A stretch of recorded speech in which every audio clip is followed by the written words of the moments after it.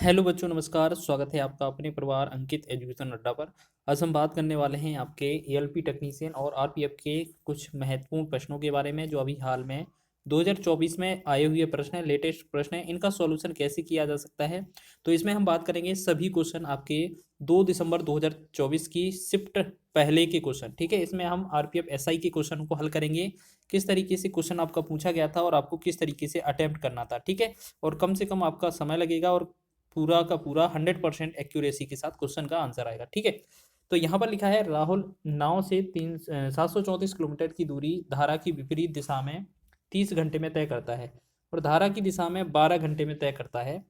तो धारा की चाल ज्ञात कीजिए। देखिएगा, कभी भी क्वेश्चन इस तरीके से मिले तो हमें क्या करना है, एक तो नाव जो होगा, नाव को आपको एक्स मान लेना है और जो भी आपका धारा है, धारा को आपको वाई मानना है। ठीक है, हमेशा याद रखना जो विपरीत चाल होगी वो एक्स माइनस वाई होगी। ठीक है, एक्स माइनस वाई बराबर आपका कितना है वैल्यू, देखो चाल बराबर होता है दूरी बटा समय। तो कितने किलोमीटर, 734 किलोमीटर।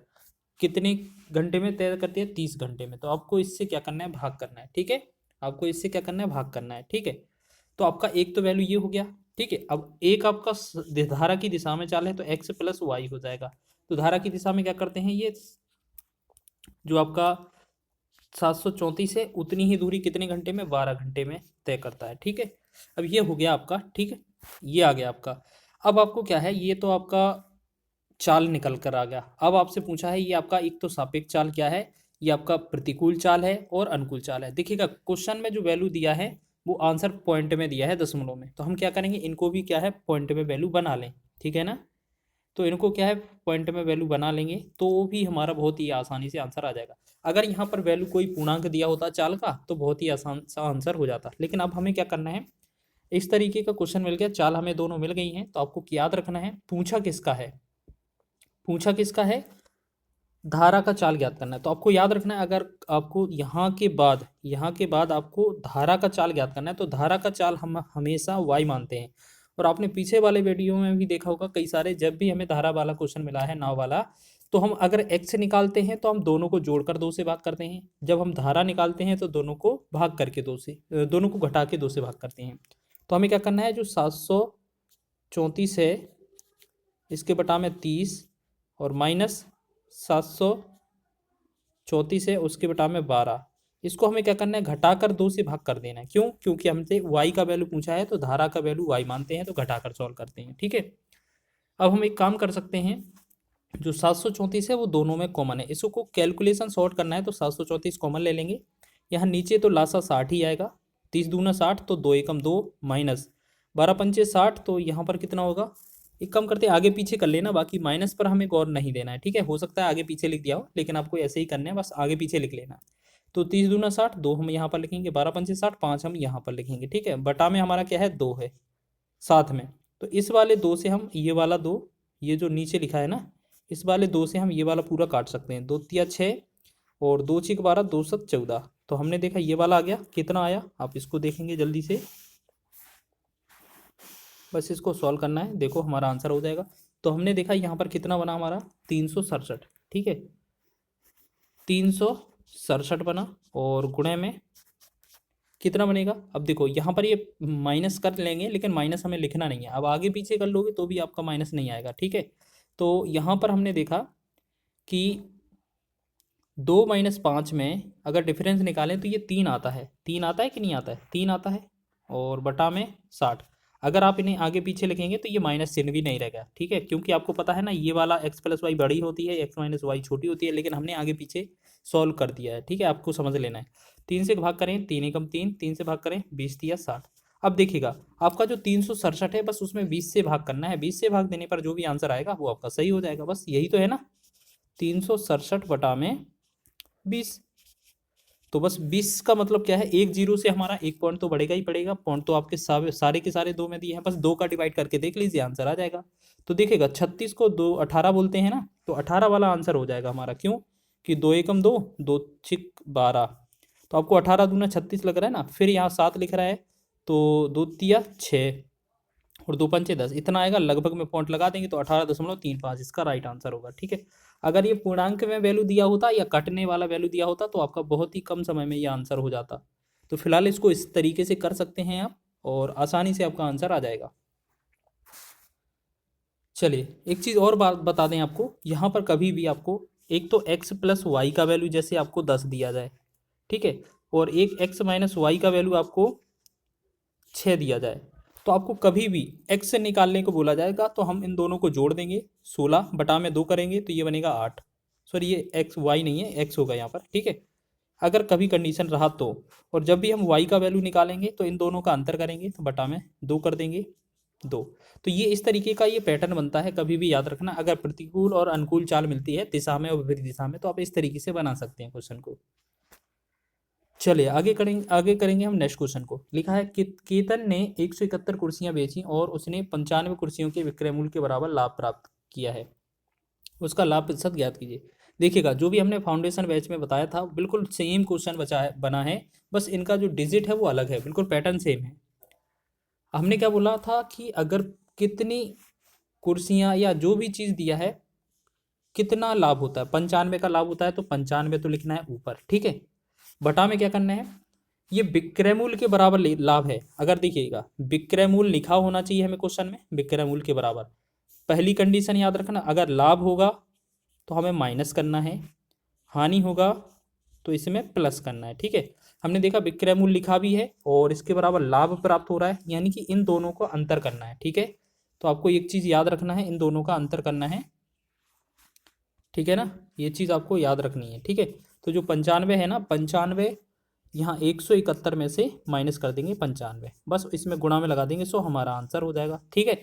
कभी भी विक्रय मूल्य के साथ इसमें लाभ लिखा होगा तो हम घटाएंगे, और यही चीज़ अगर यहाँ पर हानि लिखा होता तो हम यही चीज़ जोड़ देते नीचे वाला, बाकी प्रोसेस सेम रहेगा, ठीक है। यहाँ 95 रहेगा, अब इसमें घटाएंगे तो यहाँ पर कितना होगा 76 बचेगा, गुणा में 100 लगा देंगे, तो 19 से 19 पंचे 95, 19 चौके 76 हो जाएगा, 4 एकम 4, 4 से 25 चौके 100, तो 25 का 5 में गुणा करेंगे तो ये बनेगा 125%, ठीक है।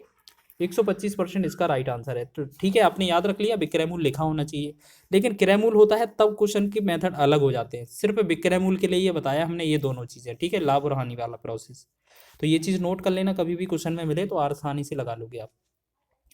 नेक्स्ट क्वेश्चन है, समान लंबाई की दो ट्रेनें समांतर पटरियों से एक ही दिशा में 51 किलोमीटर प्रति घंटा और 42 किलोमीटर प्रति घंटे की चाल से चल रही हैं।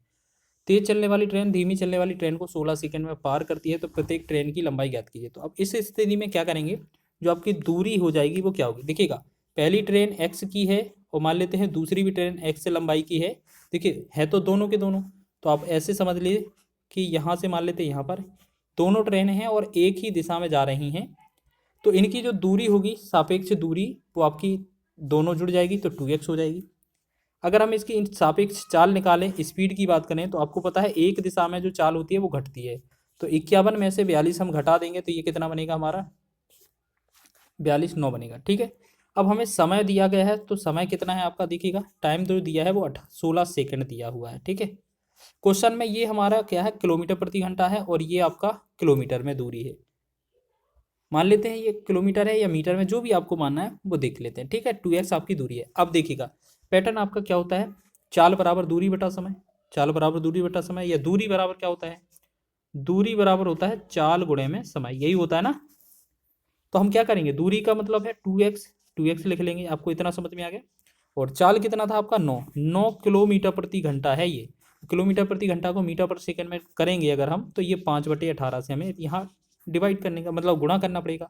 अब टाइम कितना था आपका 16 सेकंड, तो हम 16 सेकंड का गुणा कर देंगे बस, तो 9 एकम 9, 9 दूना 18, तो 2 एकम 2, 2 अट्ठे 16। अब देखिए 2 यहाँ से काटेंगे, 2 एकम 2, 2 से 2 चौके 8, तो हमने देखा 5 चौके 20 बनेगा, क्या चीज़ x बराबर जो वैल्यू आएगा वो 20 आएगा, यानी कि प्रत्येक की लंबाई अगर समान है तो दोनों ट्रेनों की जो लंबाई है वो 20-20 मीटर हो जाएंगी, ठीक है। तो इस तरीके से आप बहुत ही कम समय में ये क्वेश्चन भी आसानी से कर रहे होंगे।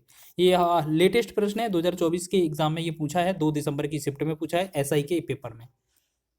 अगला क्वेश्चन देखिएगा, बहुत ही अच्छा क्वेश्चन है और मात्र 5 सेकंड 10 सेकंड के अंदर आप इस क्वेश्चन को भी लगा रहे होंगे। एक संख्या को 50% बढ़ाने पर 3720 प्राप्त होता है, तो यह संख्या क्या है। हमने आपको कई बार बताया कि अगर इस तरीके का क्वेश्चन हो तो फ्रैक्शन वैल्यू बना लिया करें। 50% की जो फ्रैक्शन होती है वो 1/2 होती है, क्योंकि 50/100 1/2 हो जाएगा। आपको बोला गया है 2 में 1 जोड़ा गया है, तो ये कितना 3 बनना चाहिए, और 3 का वैल्यू कितना है 3720 है, तो यानी कि 3 अनुपात का जो वैल्यू है वो आपका 3720 दिया हुआ है, ठीक है ना। तो एक अनुपात का वैल्यू 3 एकम 3, 3 एकम 3, 3 दूने 6, 3 चौके 12, 1 0, यानी कि एक अनुपात का जो वैल्यू आया वो आपका कितना आ गया, 1240। हमसे मूल संख्या पूछी जाती है तो हमेशा हम क्या बोलते हैं, जो नीचे होता है वो मूल संख्या होती है, वास्तविक संख्या होती है। तो हमसे इसी के बारे में बात कर रही जा रही है। तो एक अनुपात का वैल्यू 1240 है, तो दो अनुपात का वैल्यू कितना होगा, डबल हो जाएगा, जस्ट 2480 हो जाएगा कि नहीं, 2480 हो जाएगा। तो यही जो होगा इस क्वेश्चन का राइट आंसर हो जाएगा कि यही संख्या हो जाएगी। ऑप्शन नंबर सी इसका राइट है। तो इस तरीके से आप इस क्वेश्चन को भी आसानी से कर रहे होंगे। देखिएगा सभी क्वेश्चन आपके महत्वपूर्ण है, हमने छोटे छोटे पार्टों में पूरा इसका रिवीजन भी करवा दिया है, या कहें आप एनालिसिस भी कर दिया गया है, क्योंकि एक एक करके क्वेश्चन को हमने पूरा डिटेल से सॉल्यूशन बताया है जो आपके 2 दिसंबर की शिफ्ट में क्वेश्चन पूछे गए थे, ठीक है। चलिए आगे बढ़े नेक्स्ट क्वेश्चन की ओर। नेक्स्ट क्वेश्चन देखेंगे, 7 संख्याओं का औसत 53 है, यदि प्रत्येक संख्या में 6 की वृद्धि की जाए तो नया औसत क्या होगा। देखिएगा इस क्वेश्चन को बनाने के लिए आपको क्या करना है, मात्र नैनो सेकंड लगेंगे क्वेश्चन में, ठीक है। तो आपको इस तरीके से क्वेश्चन देखना होता है कि यहाँ पर संख्या कितनी है, 7 संख्या है, 7 संख्याओं का औसत 53 है, ठीक है। आपका एवरेज कितना है आपको ये देखना है, एवरेज कितना है आपका, एवरेज जो दिया है वो 53 है, ठीक। अब इसके बाद आपको क्या करना है, करना कुछ नहीं है, जो क्वेश्चन में लिखा जाएगा। 6 की वृद्धि बोल रहे हैं तो हमें 6 जोड़ देना है, अगर 6 की कमी बोला जाता तो 6 घटा देते, 6 का गुणा करने को बोला जाता तो गुणा कर देते, 6 का भाग देने को बोला जाता तो 6 का भाग कर देते। यानी कि जो क्वेश्चन में बोला जाए वही चीज़ हमें एवरेज में कर देना है, वही फाइनल आंसर हो जाएगा। तो 53 में 6 जोड़ेंगे तो ये कितना होगा, 59। तो मतलब क्या करना था, कुछ नहीं, 53 और 6 को ऐड करना था। ये आपको कॉन्सेप्ट पता होना चाहिए, तभी आप इस क्वेश्चन को लगा पाएंगे। नहीं तो कई सारे बच्चे क्या है, इसे कैलकुलेट करेंगे, पहले साथ साथ इसमें कैलकुलेट करेंगे, गुणा करेंगे, फिर 7 का 6 बार गुणा करके जोड़ेंगे, फिर बाद में 7 से भाग करेंगे। तो ऐसा नहीं करना है आपको, ठीक है।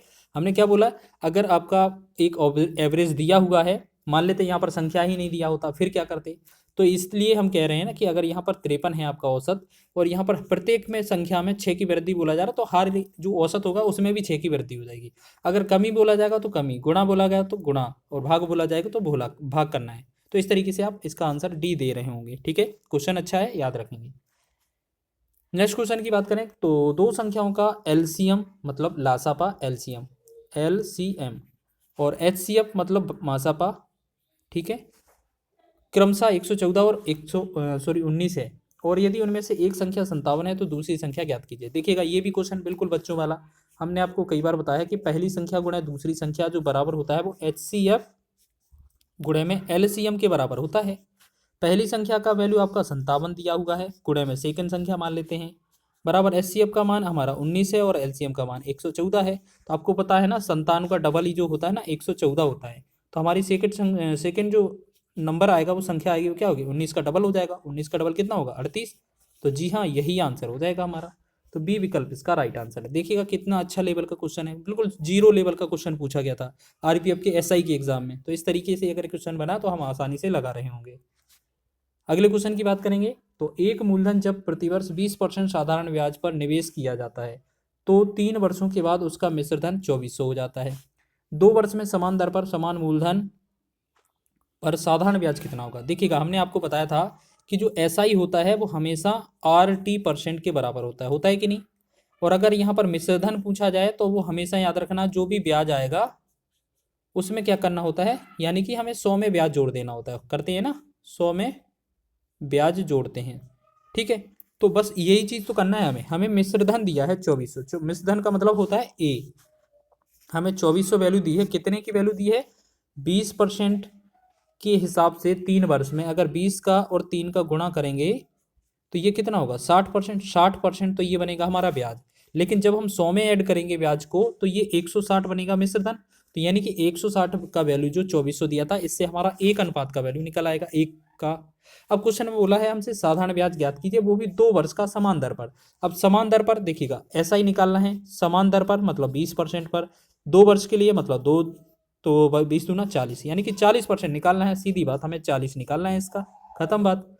तो 10 से 10, 4 एकम 4, 4 से 4 चौके 16, 4 एकम 4, 4 से 4 छंग 24 और 2 0। तो हमने देखा ये जो बना 600 जो बना, इस क्वेश्चन का राइट आंसर बनेगा। तो इस तरीके से आप कम से कम समय में इस क्वेश्चन को भी आंसर कर रहे होंगे।